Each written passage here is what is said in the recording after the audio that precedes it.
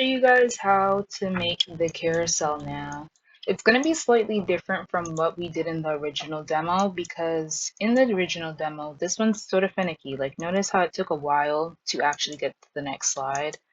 And then while it's transitioning, when I had tested adding another slide to the carousel, it broke. It didn't switch to all three elements. It was only swapping between the two. So I'm going to show you guys a way to ensure that no matter how many slides you have within your carousel, it will have a smooth transition that's working every single time.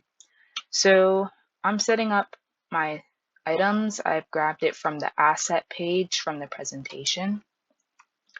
So first things first, I'm going to grab the header and the subheading. I'm going to do Shift A. We're going to do that for all three. Let's call this component card 1, 2, just so that we don't get lost in our layers. The shop now button, I honestly just grabbed it from my tags and made it a button, and then shop now, component, boom, boom, bam. I'm going to grab this picture here, grab our picture, grab our picture. Well, now what I want to do is grab our auto layout frame and add it to the shop now button. Shift A. The reason why I'm doing this is that I want the spacing between the header and the subheading to be smaller than the spacing I have between the text and the button.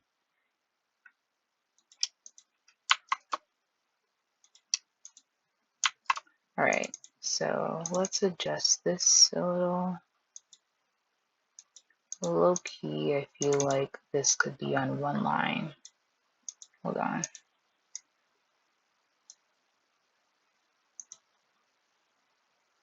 Oh, let me just go back. Yeah, I knew it. This could definitely be on one line. Okay.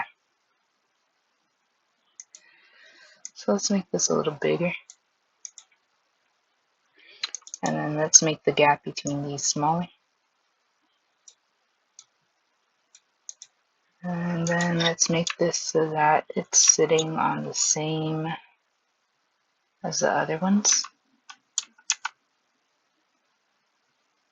Or actually, let's make this smaller and then move this to the center so it looks better. Alright, so now that that's all sorted out, let's also put this in the center. I'll leave it as is. I don't want to worry too much about auto layout because the main point of the carousel is the smart animate. So I'm going to grab all three of y'all, and then I'm going to select them and do Shift A to put them in one frame. So let's call this all slides. Now that we have that set, I'm going to make the gap between them 0, and I'm going to create another frame. So let's make it the same width as one of our slides. So this is 342. Let's make this 342. The heights, I'm going to make it longer because I want to leave space for our slide indicators that we have at the bottom here. Let's make this a bit bigger.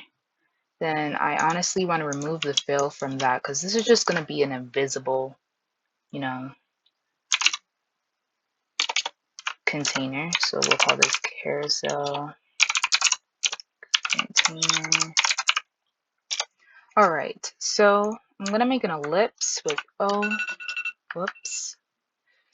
It's my alarm going off. Let's make 3 of them. So copy and pasting, select Shift A. Let's make these white. Okay, so let's call these slide indicators. Now that we have that set up, what I think is best is to make this a component. Reason being is because each slide needs a different indicator. Because if we're on a slide, then the circle will be filled. If we're not on the other slides yet, then they shouldn't be filled. So what I want to do is, oops, let me undo that. Multi-edit variants. add a stroke and make it white. Same thing for the other ones. Alrighty, now I'm going to stop my multi-editing. First slide, second slide, we're not on there yet, so we're going to remove the fill, or rather hide it. After we've gone through the first slide, so on and so forth. Alright, so we have that fixed. Let's call our property slide. Let's make this slide 1, slide 2, slide 3. Okay, now that we have that set up, I'm going to select the first one, Alt and drag to make our instance, or you can go to your asset library and type in the name that you called your component. I'm going to add this into our invisible frame. I'm going to center it. Now here is where we get to the main setup. The setup is what ensures that your carousel is going to go to each slide smoothly. So I'm going to drag the all slides auto layout frame and place it inside the carousel container. I'm going to make it go all the way to the top, or leave a little gap actually. I've made this frame the same size as our slide, and then I'm going to make the slide indicator a bit lower. Alrighty, so now that we have that set up, I'm going to duplicate it. So now that we have 3 of those, this will be 1, this will be 2, and this will be 3.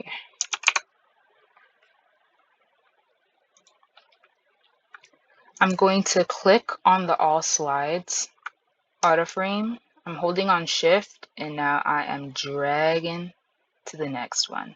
If this happens to you, don't worry, just click on your container and then find your all slides frame. So let me minimize this.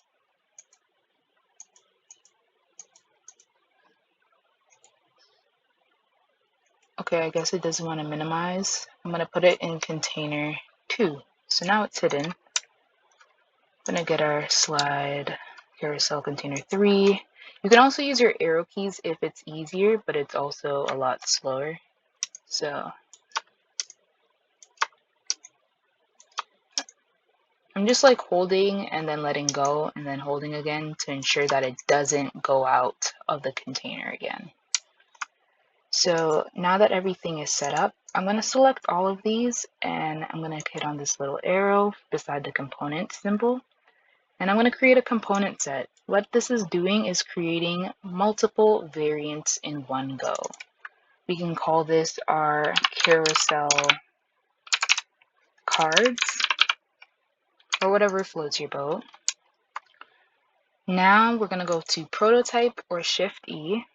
I'm going to double click on the first container, making sure that I'm on the all slides auto layout frame.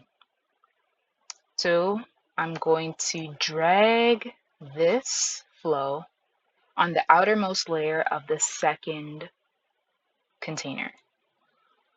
On drag, then I want smart animate. You can do ease in and ease out. Then I'm going to do the same thing here. On drag, and then I just hold it until I see the outermost layer before I let go, and then I put my connection. What makes the smooth transition is the fact that we're connecting the all frames auto layout one to the outermost frame of the next one.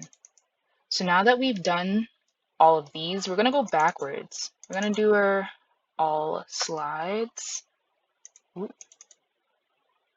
And then we're going to do the same thing we did before, but we're going backwards. Oop, I clicked too much. Outermost frame. And then let me double check on what I just did, because I feel like I forgot to put them all with drag. Oh, found that. drag.